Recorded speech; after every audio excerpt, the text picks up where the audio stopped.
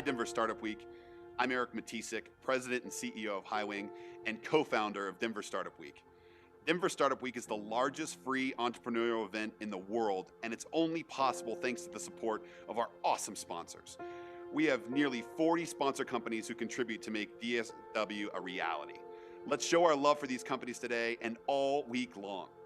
Thanks to our title sponsors, the Downtown Denver Partnership, JP Morgan Chase, Prologis, and Zero, and our track sponsors who help make the great content you're hearing today possible. Battery 621 and Public Works, Capital One Cafe, Colorado Lending Source, Friday Health, Quizlet, Exactly, Zayo, and Zestful. Our headline and event sponsors are bringing you inspiration from around the country. Thank you to Wix, Kinzon, MAPR Agency, Obsidian HR, Kickstart Fund, Promontory Mortgage, Molson Coors, and Comcast. Finally, thank you to our partner and member sponsors listed on the screen. Thank you for your support of Denver Startup Week. Now, let's get started.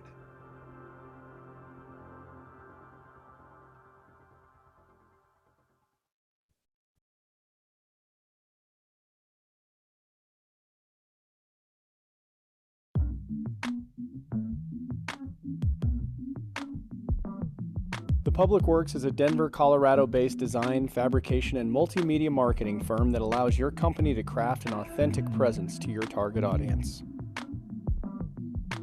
For the past 15 years, the Public Works media team has been telling stories with words, pictures, and films.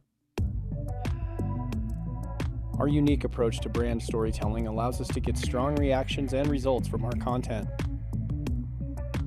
We work in experienced and nimble teams with our crew of producers, directors, and cinematographers that all have first-hand experience and international presence. We are fortunate to have amazing clients that allow us to get wherever we need to go with the right tools for the highest production value. Lots of people can take a pretty picture. Just look at Instagram. While we believe our images speak for themselves, what really sets us apart is our decades of experience, our network, and our ability to make shit happen when it counts. We love bringing unexpected partners together to create added value for everyone, and most of all, we love when we finish a job confident that we've not only executed, but elevated the end product, and we know that everyone involved enjoyed the process. Our company was founded on the idea that life is about learning and teaching through every experience. We apply a strict discipline of work hard, play hard, and make great fucking work. We amplify awesome. We surround ourselves with the best and feed off of infectious innovation, ideas, collaboration, and building long-term friendships and partnerships. Contact us anytime for a meeting at our office, golf course, or on the chairlift.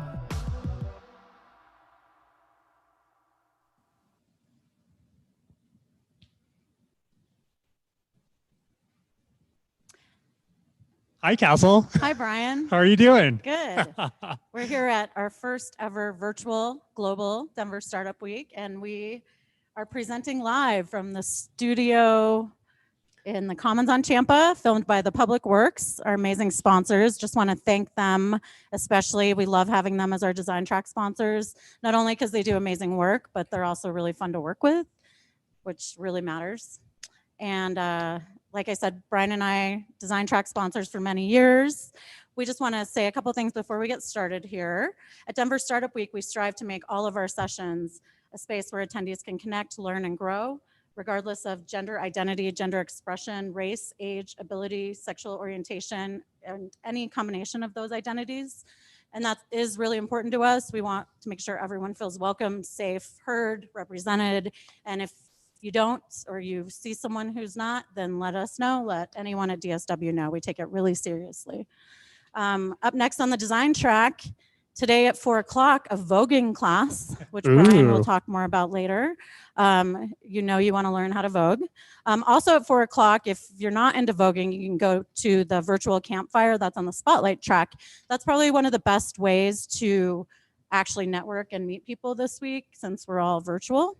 And then we have programming tomorrow, and we'll talk about our clubhouse and, you know, this morning we were like, well, I was brushing my teeth and I'm like, what if no one asks any questions? We probably should have something to say. And luckily my faithful co-chair has already thought about that. So, Brian, All the questions. I have all the Yes. questions. what do we want to talk about first? Well, This is let's- very live. Yeah. So Chad's here too. Chad's Ooh, on. Oh my gosh, Chad. Hello, Chad. Is he on video? So Chad Hi. is Hi, our hello. other co-chair. Chad worked on submitted sessions this year, and he's going to talk about like what stuck out to him, what was interesting, how things made the cut from the submitted side.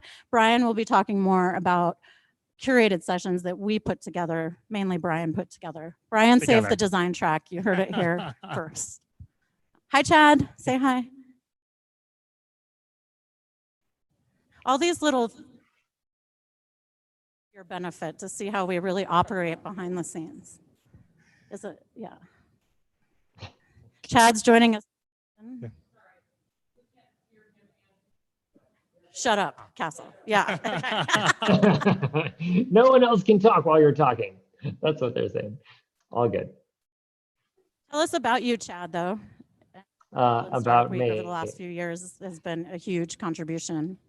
Yeah, well, I mean, before virtual startup week, which, you know, I have to say also thank you, Brian, for all of your efforts this year, because I feel like I, for one, have suffered as a contributor in the virtual startup week since in the past I've had a pretty large role in helping to create Basecamp, kind of the tone and feel and vibe of Basecamp. Denver Startup Week has also been very graciously adopting one of my large-scale inflatable sculptures, the Prospector, as its mascot over the last several years, and that's been really, really fun. And then just kind of have been, you know, doing more and more each year. And this year had the opportunity to come on as like a co-chair, and so yeah, it's been really great. Chad also brought us the coffee gondola last year. And what was the special latte? The Castlechino. Oh, the There's a Castlechino, yes, picture of course. of me Yeah, in the foam on a cappuccino. yeah, that was amazing. That should just be around all the time, don't Yeah. you think? Sure. Yeah. Hey, I Chad, agree. you should I tell us agree. a little bit more about the Prospector. Like where? Yeah, tell us about the yeah, like- Prospector. How did that come to be? And this is the Sure. big 3-story, 2-story inflatable blue Prospector that's been outside of base camp for the last 3 years. Yeah, you know what? I wish I had a photo I could have queued up. I didn't think about that. But yeah, so the Prospector was, well, is a gigantic sculpture. It's about, I think it's just north of 40 feet tall, gigantic inflatable sculpture of a Prospector. And it was funded in part by Black Cube, which is a local arts organization. Gosh, it must have been 5 years ago, I think. And was really designed as this sort of celebration of the concept of going out into the wild and sort of staking your claim. And so reflecting back on Denver and kind of the Mountain West's history of, you know, prospecting during, you know, what was the original gold rush, you know, the Prospector themselves, like they became an icon for, you know, this sort of crazy solopreneur who was like literally faring, you know, against the wild and whatever like threats they might find in hopes of prosperity and kind of forge a new path, which ultimately led to, you know, westward expansion and the settlement of the West. And so the Prospector is based on actually a cartoon character from Toy Story 2, which has an interesting tie back to sort of contemporary tech culture and is really meant to be this sort of like celebratory monument for the city of Denver in this moment, you know, 5 years ago, as it was starting to take on a large presence in tech and really becoming, you know, a global center for entrepreneurship, you know, in and out of tech. And so, of course, it fits beautifully as this sort of mascot to Denver Startup Week. And yeah. So what was your inspiration in bringing that to be a part of Denver Startup Week, a part of the programming? When I reached out to Chad and Black Cube, I think the main thing was it's called Basecamp, and how can we make it like a Basecamp? And I think I woke up one morning with remembering the amazing Prospector, you know, man of the West, like inflatable that Chad had done and reached out, and Black Cube and Chad said yes. And, I really think Chad is really the mascot of Denver Startup Week because he is like your ultimate creative entrepreneur. So what you don't know about Chad, so he makes these inflatable sculptures that he designs and gets produced. And now he's roasting coffee in his backyard and has this coffee gondola that he brings around. And then by day, he's like a web developer with bowtie.co. So he does all these things. He's the ultimate hybrid that Brian and I love. And I like to tell people I'm a tribrid. I'll try anything. Brian's a tribrid. I think Yes. Chad and I are also tribrids. Yeah. Well, I think we're all tribrids. We're tribrids. Yeah. Okay. So speaking of tribrids, so then the other year, like the following years, you started trying new things and adding to the collection of inflatables, right? So tell us, like, what did you add to those? What did you try?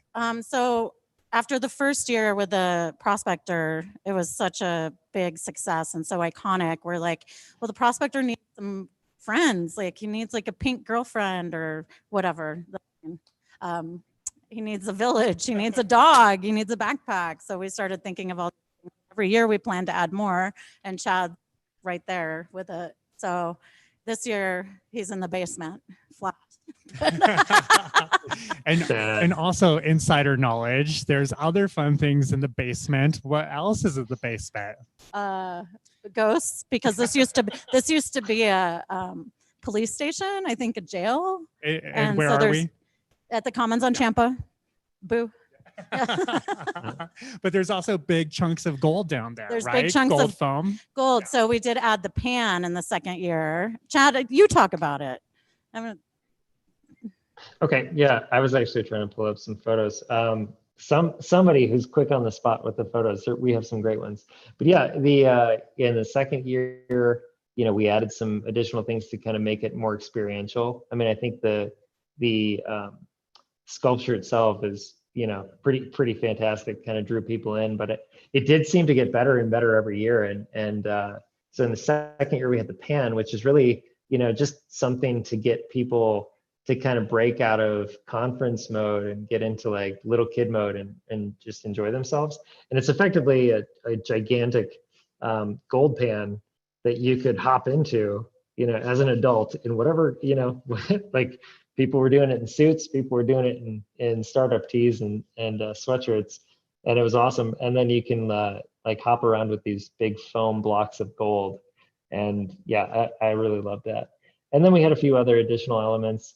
We actually had like floating helium clouds and some trees and just kind of make the scene. And it was excellent. And I think in the future, there may be even more. Really kind of comes down to the location. Every time that we've adjusted where base camp was, I think it's been improved. Last year, I absolutely loved the situation that we had for the entire Prospector Village down off of 16th Street. It was such a great experience. It was site specific. Site specific. Yeah. Yeah. Awesome. Chad, we'll move it over to Brian after this, but what are some things that stood out to you on the submission side? Chad was heavily involved in the helping choose submissions. Brian and I do it too. We all kind of put in who's our favorites and all that, but any sessions that stuck out to you or what you were looking for this year? Yeah, I think honestly, so general notes, I really appreciate it without getting into specific submissions. Obviously 2020 has been an interesting year for everyone and had a number of new challenges. But what I appreciated about a lot of the submissions and even the move to put Denver Startup Week online is that for a lot of folks working remotely was this new thing that was thrust upon us all. We're in the midst of great political unrest, a global pandemic that's killing hundreds of thousands of people, all sorts of calamity that could really cause you to be retreat into your shell and not participate, in an experiential journey that we're all on, like a conference where you might actually meet new people and expose yourself to new ideas. And so what I loved about the submissions were that there were so many great ideas where people were like, Yeah, I actually just want to share this thing that I'm super passionate about, or ask a number of questions or put together a panel, in the midst of, all of this crazy upheaval, with like genuine sincerity and enthusiasm. So what stood out to me were the ones where I was like, oh, this isn't somebody who's like going through the motions and like looking for a marketing opportunity for their company, but they're like, yeah, you know what? I have this great idea that actually fits the moment. And yeah, I've never had to, do a video submission for one of these before, which was an interesting thing for all the panelists who put in submissions. They had to sort of pre-record an audition, and watching the enthusiasm and the way that people took those things really seriously could really tell you whether or not, their session was going to be, kick-ass. And I think that's what has made the quality of the content this year so good. Well, I would say that's very much aligned with the Prospector, right? Of like that this year really started to demonstrate the grit and the resiliency, right? That we know about our entrepreneurs here in Colorado. So that's pretty cool. Right? And I think we can say for the design track that we've noticed that all the sessions submitted were really positive and how to troubleshoot this world right now and problem solve. And that's what designers and artists and creatives do, is they're problem solvers. Brian and I have discovered over these years. And so it's just really cool to see everyone take a positive spin on it, and have lessons on how to deal. Yeah. Well, I would say I have to ask you, Castle, what has been some of the highlights for you during Startup Week this year? Highlights for me. Other than hanging out with me every day. Yeah, Brian and I have finally gotten to hang out every day because he was up in Steamboat for a long time. What's really cool is the energy is still here, even though there's only a select few of us down here at old base camp. It's just really exciting. I don't know, we just have such smart presenters and submissions. And what highlights? I don't know. We just love when people watch it and get it, and like, I don't know. That's all great. This is my favorite thing I do in the entire world, and it still is, even though I'm a physical person, but I'm dealing virtually. That's a hard one. It's a hard one, but just like kind of like what have been some things that have like sparked your new thinking for you? What I always love about Startup Week, even if you just pop into a session, like when we were physical or virtually, you might hear one thing that just changes your perspective, And I think yesterday on the Designing Tomorrow's Community Spaces with the Public Works, Frank said something about how do we get through this COVID without the negativity on the other side as a collection of people, like 9/11. So comparing COVID to 9/11 and as this traumatic experience our whole world is going through, and like how do we learn from that and come out the other side with positive attitudes and problem solving. Yeah, no, I've been kind of thinking about it too. It's like, well, it's all energy, right? And so you may have negative energy, positive energy, but like, what's the converter? Like, how do you convert the negativity into positivity without getting zapped? And I think that right there is an entrepreneurial venture just waiting to happen, yeah. The converter. You heard it here first. I feel like we should look at the clubhouse that Brian has orchestrated. If anyone has not logged in and seen it yet, you're going to have to. It's just really amazing. So, we create like super secret clubhouse or not so secret. Like last year, we had like 20,000 square feet in a warehouse with like immersive art, haunted house type experience. Can't do that this year, so Brian has created one online. And so if you haven't checked it out, go in and look, and Brian's going to teach you how to use it and show you some of the things that are in there. Well, I really can't. I wish I created it. More like we commission people. We commission. Yes, Brian totally. Is the best at finding the talent. Well, hey, ditto on that.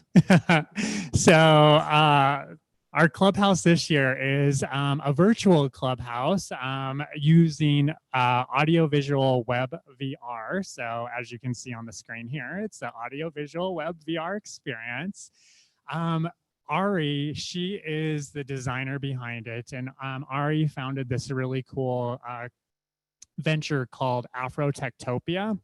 And she's out of Brooklyn, New York. And so we had the great pleasure of working with her to really kind of design our virtual clubhouse this year. But the fun thing about this is that it's not just really about a club, right?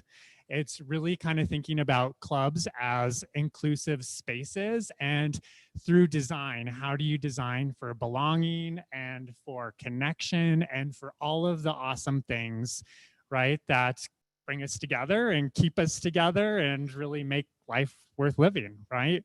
So I was like so excited when I actually like discovered Ari, because she teaches this really cool class at NYU called Designing Club Culture. And I'll get to that in just one second. But essentially, here is our virtual club. And she has really kind of like, you know, used all of these kind of ideals and kind of like very meta thinking to design this inclusive space where people can kind of experience it. And since we can't be together physically, here's kind of like something that we can do virtually together.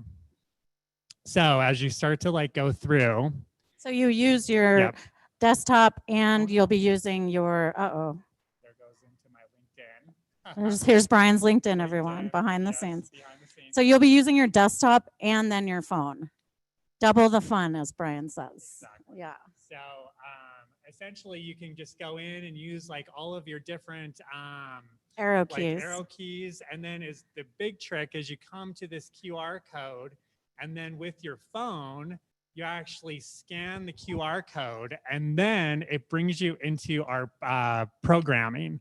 And so when you scan this, you're going to be brought to a Vimeo channel where then you get to experience DJ mixes, performances, and also you can listen to Ari's talk about really kind of what went into designing this particular space and how you use like club architecture, which is called, what I learned, disco texture. Disco texture. I learned that word this morning and like mind blown. Yes. It's a really great talk. You guys have to hear it about the roots of disco. Yeah. I mean, it wasn't just invented by the Studio 54 guys. It goes way back, and it's a really cool talk. Yes. Which it's a class at NYU. Yeah. Yeah. And so when I met Ari, I was talking to her really about disco, because like I love disco. No, no. Obviously, I love disco. But like, this is the cool thing about disco is everyone knows, right? Like Studio 54 and all the records and all of this. But the cool thing about disco is it was actually in talking about entrepreneurship and innovation. Disco disrupted the music industry. And it disrupted the music industry by you didn't have to go through the radio to get your record on the top Billboard 100. And so now you could go ahead and go through the club DJ instead of the radio DJ. And by 1979, this was a $10 billion industry. And so I think it's cool, especially for the designer track and for creatives and artists, to understand that cultural revolutions come with a big price tag, right? And potential right there. And so to think about, hey, this is a $10 billion industry, and that was in 1979, like how do we kind of tap into that type of wealth and really that capital to, again, just like do more cool things. And that's the perfect conversation to be having for the designer track. You all should be listening to Brian. He's always ahead of his time. And so is this session on disco. Yeah, so everyone watch that session. Watch it. See the future. I think we'll take an audience question. It looks too hard though. Noah Geisel, tough questions. I think we'll pass. Brian and I just wanted to be on TV, really. So we're not going to take any questions. What kind of? Oh, I'm going to let Brian. I'll ask. Oh my gosh, it. I don't know if I With want to. Denver Startup Week moving virtual, how has the design track experience brought realness to the notion that design isn't just making things pretty, it's making things work for stakeholders? Chad? Brian? Did Chad just go off? Oh no, there. Well, he we is. know He's still that there. design is not about just making things pretty. Like, Well, I think this whole process of bringing this online, right? That we problem solve, that like you cannot actually meet face to face. And so the fact that the team here at Denver Startup Week, which I have to give kudos to, was able to pull off an event of this type of scale and to allow for it to be pretty seamless, right? Like that is design right there, right? Of like, how do you design these types of interactions to allow for these panels to happen and for people get to have talks and breakout groups and all of those other things? what's going to work best for the users at home? Yeah, Yeah. yeah. Amazing. Hopefully that answered Noah. Don't ask a follow-up Yeah. question. Just kidding. I think it answered. Okay, we it. have a live question from the live studio audience. They're going to pop up on the screen, I think. This is exciting. Yep. Give me just 1 second and I'll bring them in. Adina, our amazing, I don't even know what she is, producer. She's a producer. She's so amazing and she's really funny and she looks really cool when she's doing this job. You So guys we're- should see it. So we're going to get a question from Cliff. Cliff, we're going to promote you to panelists. Cliff. See you in a sec. Oh, Cliff has been a speaker in the past. He's flown out from the Bay Area, Brightside Resumes. He's done 2 sessions he did 1 session, but he's always been a fan and attendee. There he is. All right, Cliff, go ahead and unmute yourself and we'll be able to hear your question. Yeah. Nice. Oh Sure. man, it's good to see you guys. Yes, I love Denver Startup Week. Before I ask my question, just a quick plug. I've gone several years and I presented, and in presenting, I've like tapped into Denver. So I have this stream of Denver entrepreneurs and creatives that come to me, and it's just nonstop. I love it. And I do love Denver and Denver Startup Denver Week. loves you, Cliff. Yeah, Denver. And I love you guys too. So yeah, thank you for all you do. My question, how much sleep are you getting? And what have you been dreaming about lately? You guys are working hard, I'm sure. We've slept more this year than ever because there is no late night after It's true. party. Yes. And the DDP and the team down here is doing all the work.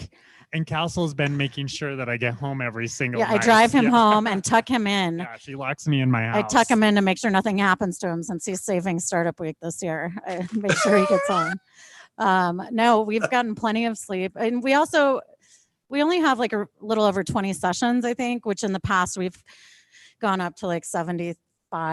And we'd start the day at 7 a.m. and go till we'll say 1:30. We'll say Totally. 1:30 It's a.m. respectable. Yeah. Sometimes later, but so we're getting plenty of sleep. So it's different, but I dreamt about Heatherette, that design, those Yeah. designers Mhm, from I the know them. 90s. Yep, They're not yep. the 2000s, early aughts. I dreamt I met them and they had a little pop-up shop. That's what I woke up to today. Well, speaking of them, like Oh, I they came love from, them. they came from club club culture. culture, right? Yes. Yes. So I must have been yes. thinking about I that. know, yeah. So subconsciously you were yes. like manifesting still- club culture. Yeah, that's it, Brian. You were in Yes. my dreams. Oh my Get out of my God. dreams. Hey, and into my Okay. car. we have another live question. We'll have to say goodbye to Cliff, unfortunately. Next up,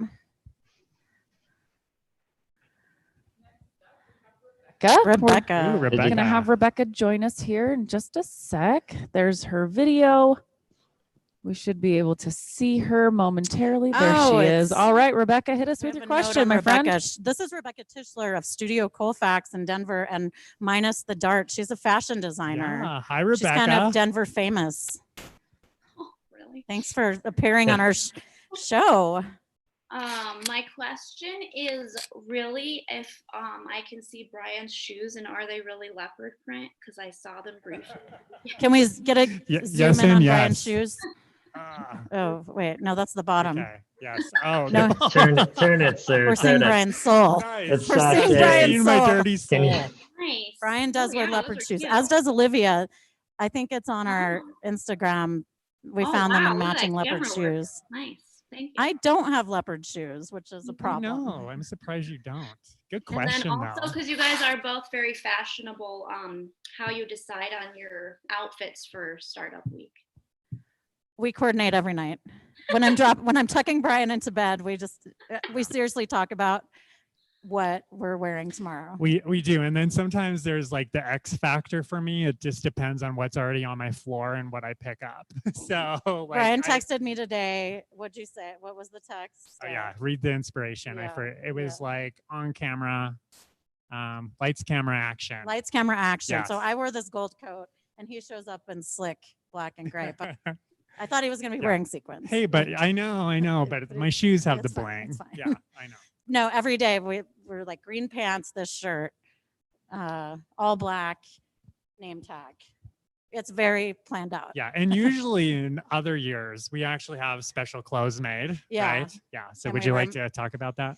Yeah. So in Mhm. past years, we actually created a sub brand for the designer track and a way to kind of define ourselves and also bring in creatives from the community to participate in the design track. And we actually have them design us outfits and matching t-shirts. Yeah. And we sell them too or give them away. Well, but- and we had perfect segue here, Rebecca. Would you like to? We need to bring you into that. Would you like to dress us would you sometime? like to be our Yeah. fashion designer stylist next year?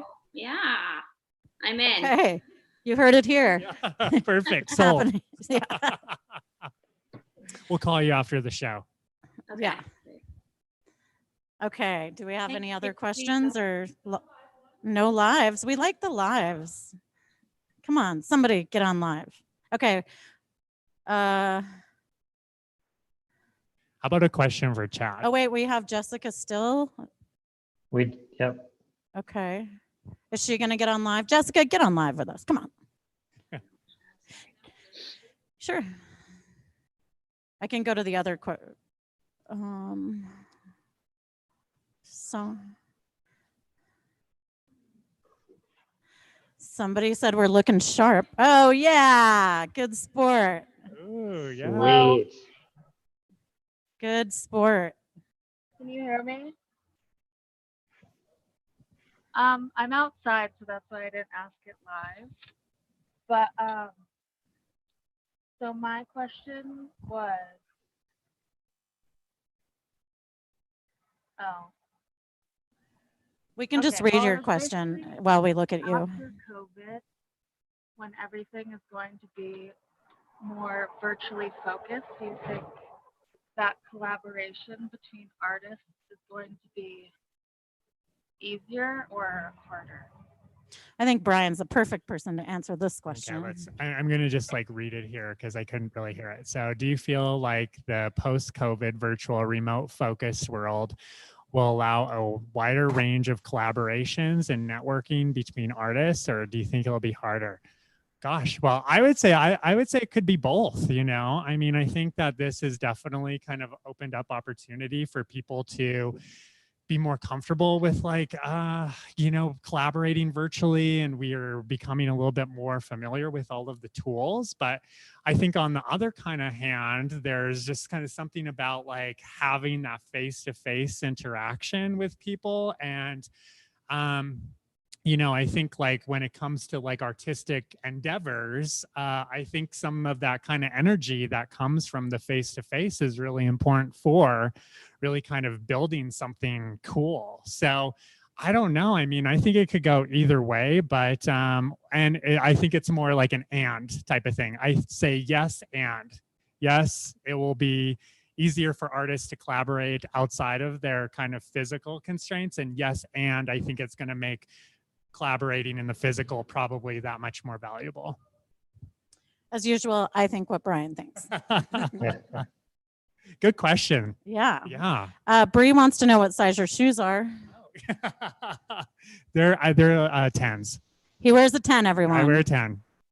Hey, 10s across the board. 10s all around. Bree says they're too small. I think Bree's feet must be bigger. Oh wow, Yeah. Bree. Well, hey, Bree, what size let's feet get are together. you? Too small.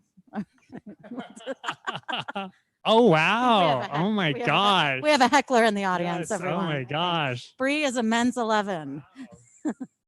Bree. Well, hey, come over to my house. We can like, I'll swap shoes We with have you. 10 minutes left. So do we have any more? Can Chad. you hear me or no? Chad, tell us. Yeah. Okay, good.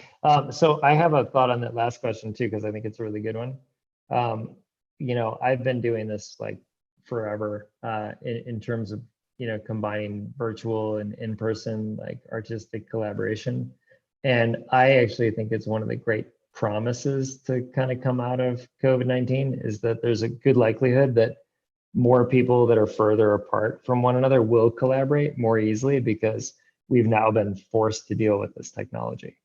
Like when I was, a much younger artist, I was like, oh, I wanted to, there were things that I couldn't do in the place that I lived, and I wasn't mobile that I could just go to other places to collaborate with people. And so like early on, got used to like dealing with technology to deal with stuff that was literally 5,000 miles away and to work with people that were 3,000 miles away. And I think that is absolutely the promise of all of this like disruption. And I will echo what Brian said, which is also, as somebody who makes stuff literally every day with like now a completely remote team, like it's also really important to have time in the room with people. So I think it's about kind of knowing like what the task requires, right? But the cool thing is because of COVID and the current moment, the creative economy has had to get even more creative about how to collaborate with distance. And so I think it's breaking down some of those barriers. And I do think it's going to be even easier to have those moments where you're like, oh, like like energy feeds energy, right? But I don't know. I mean, even like the disco club, right? Like I love that. I just kind of want to hang out in there. I just wish that I could like hang out in there with like virtual avatars, and like I could see, Brian's face on one of those mannequins and Castle on the other one, and then we could like, what up? Yeah, but that's coming, right? And that's what this is all brought. And so, yeah, I would totally. I think in the post-COVID economy, people are going to be able to collaborate in not necessarily new ways, but newly discovered ways, and that's going to lead to some pretty cool stuff.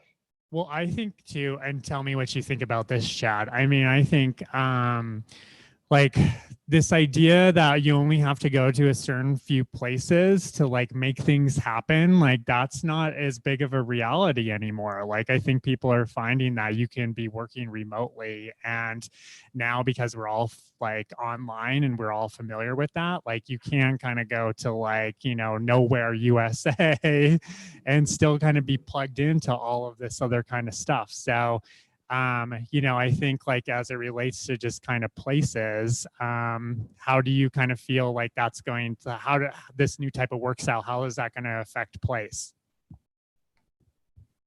Yeah, totally. No, I mean, I wholly agree that that's kind of bullshit. I mean, I think it's true in some, like in certain niches, right?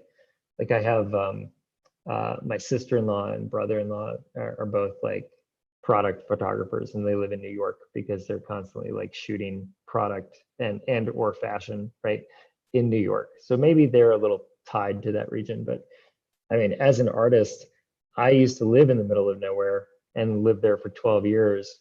But I've had way more, like at least in the fine art space, I had way more shows in Los Angeles and New York, and I would show up for a show at a gallery with a gallerist that I'd never met. And I always thought it was really entertaining because I was just, good at communicating my work, over distance. And so I would be invited to these shows, and then I'd show up and people would ask that question like, oh, how do you know, Nick, the owner? And I'm like, I've never met Nick. And I still haven't met Nick. Like that doesn't matter. Like if you focus on the work, you get the opportunity, right? Like that's, and so I've for like a decade told people that they don't need to go to a place to do their work. They just need to do their work, right? And so, and I think that's where then it makes a really good case for being here in Denver, because it's like everyone is so friendly, or Colorado in general, right? Like everyone's so friendly, everyone's so supportive, and really like that right there, that kind of people infrastructure that like helps you kind of get to where you want to go, right, is really kind of way more important than, like, as you were saying, just kind of being in the place to like network, to get to know the person, to actually get the thing, right? It's like, no, go to the places where people are going to support you and doing the work and to really kind of like reaching your fullest potential, versus just kind of going to a place to like network, to try to like, you know, get in front of someone. Yeah. Okay, we have Yeah. like 5 minutes or less here. I think we have a couple more questions real quick. What session is next on your list to attend? I think it's got to be the voguing session. Brian, Oh my tell us about the gosh, voguing. yes. You can learn how to vogue at Denver Startup Week. It's exercise, it's expression, and Yeah, so Valentine is going to be teaching us Vogue Femme, which is a style of ballroom, really kind of born out of New York and Brooklyn in the 70s, which most people are familiar with the FX show Pose. Pose really started to bring to light voguing and ballroom culture. And Denver has its own house, the House of Kiki, and Valentino is the house mother.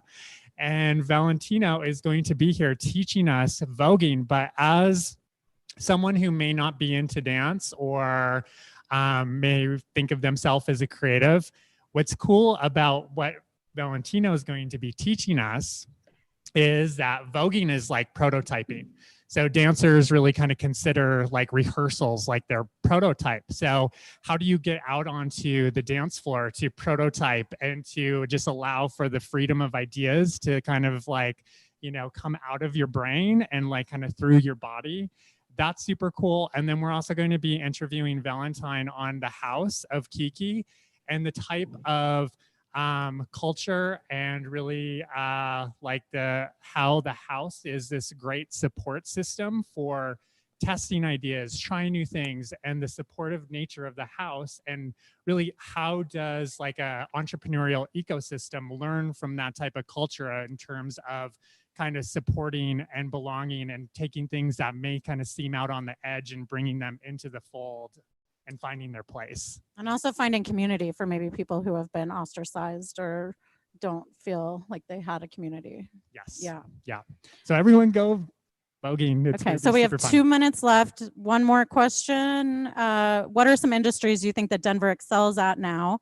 What are industries you want to see grow here? NYC has fashion and finance, LA has film, etc. I mean, I would love to see fashion. I've always said that for 20 years. I keep meaning to get it into fashion myself, but I get distracted. Well, I would say like You are a fashion. Denver is the You are. yes and, like everyone's Yeah. kind of like a hybrid, right? So you work in like media and music and fashion, and so there's this like awesome blend here where there isn't just like this kind of one dimension side to things, and that to me is what makes Denver so rich and really on the cusp of what's next. Is that, you know, Denver just has a like really creative people, not just working in one sector, but across sectors. And to me, that's like the future of creativity. All right, do you want to close it out, Brian? Anything else to Maybe anything can, else you wanted to say? no, I don't know. Thank you for coming to Denver Startup Week. And We're not giving up the mic. We're going to stay on for another hour, Adina. Yeah, we'll be here for the rest of the We're day. taking now Brian and I are going to wrestle. Yes. Arm wrestle, right? Yes. She got me. All right. Some more. Okay. Thank you guys so much for attending. Come to our Vogue class and check out thedisco.club as well. I put all these links in the chat here, but check out the design track schedule. And a huge thank you to all of our like panelists and to the talent and to the team. And our fans. Yeah, like everyone, right? Because again, Denver Startup Week is built by the community for the community. And yeah. so we couldn't do it without everyone. It's so inspiring. We yeah. just love it. And we learn so much every year. Yeah. Yeah. Thank you, Chad. Yeah, thank you, Chad. Of course. Thank right. you all. Good to see you. Hashtag Den Startup Week. Yes. Hashtag designer track. Hashtag awesome. Hashtag Brian. It's like Vogue.